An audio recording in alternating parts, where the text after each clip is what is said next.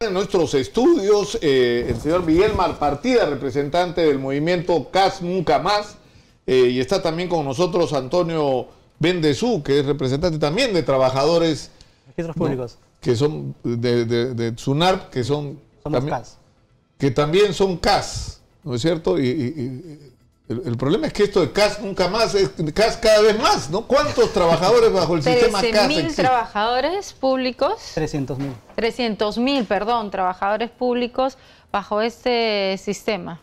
Sí, que es un régimen que nació como temporal, pero acá lo temporal se volvió permanente. Claro, como el 24/24 de los policías, todo queda permanente, ¿no es cierto? Pero en este caso, ¿cuál es la diferencia entre un trabajador CAS y un trabajador, o sea, ¿qué es digamos, lo más perverso? A ver, quisiera hacer la palabra a nuestro vocero para que... Sí, claro. Miguel. Bien, en representación del movimiento nacional CAS Nunca Más, que están aglutinando prácticamente al 100% de todos los trabajadores CAS a nivel tanto de regiones, municipios y de Liga Metropolitana, expresarles primero el agradecimiento por estos breves minutos.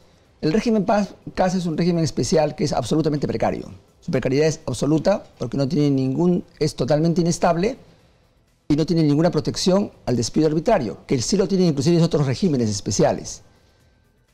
Aparte que tampoco tiene derechos indemnizatorios, por tanto un trabajador CAS puede estar... El régimen CAS oficialmente existe desde junio del 2008, va a cumplir 11 años, pero todos esos trabajadores devenían de contratos de servicios no personales, por tanto hay trabajadores que tienen 15, 20 años, se les puede despedir, como se han despedido por ejemplo en esos momentos en regiones y municipios, y no tienen ninguna indemnización y ninguna protección. Por eso es que este es un régimen totalmente agresivo a los derechos y a los beneficios de los trabajadores. No hay derechos laborales, si los hay son recortados, solamente salud, solamente vacaciones, pero siempre bajo la incertidumbre que en cualquier momento no te pueden renovar el contrato y por lo tanto puedes ser despedido sin ninguna indemnización y sin ningún tipo de protección. Lo increíble es que esto termina convirtiendo al Estado peruano en el principal violador de los derechos laborales, ¿no es cierto? Y que incluso el otro día me llamó tanto la atención, SUNAFIL, que es la Superintendencia Nacional, ¿no es cierto?, que protege los derechos de los trabajadores, la gente que trabaja en SUNAFIL son del servicio CAS.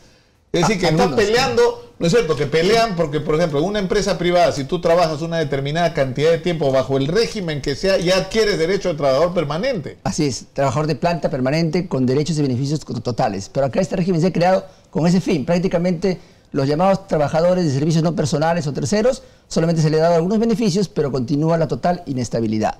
Consecuencia de eso, los trabajadores se han organizado y han luchado permanentemente y el 20 de marzo del año pasado, 2018, producto de estas movilizaciones y todo, y producto de 8 proyectos de ley presentados en el Congreso por todas las bancadas de todos los partidos existentes, se aprobó por unanimidad, el 20 de marzo del 2018, por unanimidad el dictamen en el cual los trabajadores CAS pasaban, los que tenían más de 2 años, pasan durante 5 años progresivamente a los regímenes que corresponden, en este caso al 728 claro, y a la 276. Ya, ¿Pero eso se está cumpliendo? No, todavía no, porque no se ha aprobado en el Pleno como ley. Claro, pero lo que no se entiende es que hubo en determinado momento una discusión sobre la necesidad de la reforma del sistema del servidor público, se creó la ley Servir, ¿no es cierto?, que debía modificar completamente el estatus, o sea que debía haber, digamos, meritocracia, que debía haber estabilidad, ¿no es cierto?, es decir, para mejorar la calidad del servicio público, pero esto es una negación completa, ¿no? Claro, porque se le tiene al trabajador permanentemente amenazado y permanentemente cambiados como si fichas de recambio. Por ejemplo, en estos momentos, en las municipalidades y en las regiones que ha habido cambios de gobierno, los despidos son por miles. Solamente en la municipalidad de Liga Metropolitana están despidiendo como 500 trabajadores. Y se van sin nada. Sin ningún tipo de indemnización, en lo más mínimo. Como si no hubieran trabajado ni un día, después de haber trabajado 10 años. Antonio, tú, por ejemplo, ¿hace cuánto que estás bajo este régimen? Yo estoy desde el 2014, 2013 más o menos. O sea, ya más de 4 años. Más de 4 años trabajando bajo este régimen, ¿en dónde? En registros públicos. O sea, digamos, si tú fueras trabajador de una empresa privada, tendrías el derecho a reclamar todo lo que corresponde a un trabajador. Así es. ¿No Cabe es cierto? señalar que, si bien es cierto, cuando anteriormente en el sistema no personal, servicios no personales, es cierto que tenían los trabajadores menos derechos. Creo que incluso no tenían derecho a vacaciones. Pero también es cierto que al cumplir cierta cantidad de años, judicialmente podías conseguir que se te integre a estable. Ahora, con este sistema CAS ya no puedes hacer eso. Es algo que se aprobó, que me parece en el 2006, 2007 en el gobierno de García, que lo que hizo fue darnos ciertos beneficios como vacaciones. ¿Cuánto tienes de vacaciones, por ejemplo? 30 días, eso se está conforme a ley, 30 días. 30 días de Lo que no vacaciones. tenemos son, por ejemplo, no tenemos gratificación, no tenemos CTS, no tenemos escolaridad y demás derechos adquiridos que otros trabajadores. O sea, son tienen. trabajadores de segunda categoría, digamos, por así decirlo, sí. frente al Estado, ¿no es cierto? Nuestro contrato se renueva cada 3 meses, cada 6 meses. El año pasado estuvimos cada mes. Cada mes. Entonces, firmando un nuevo yo contrato. les digo,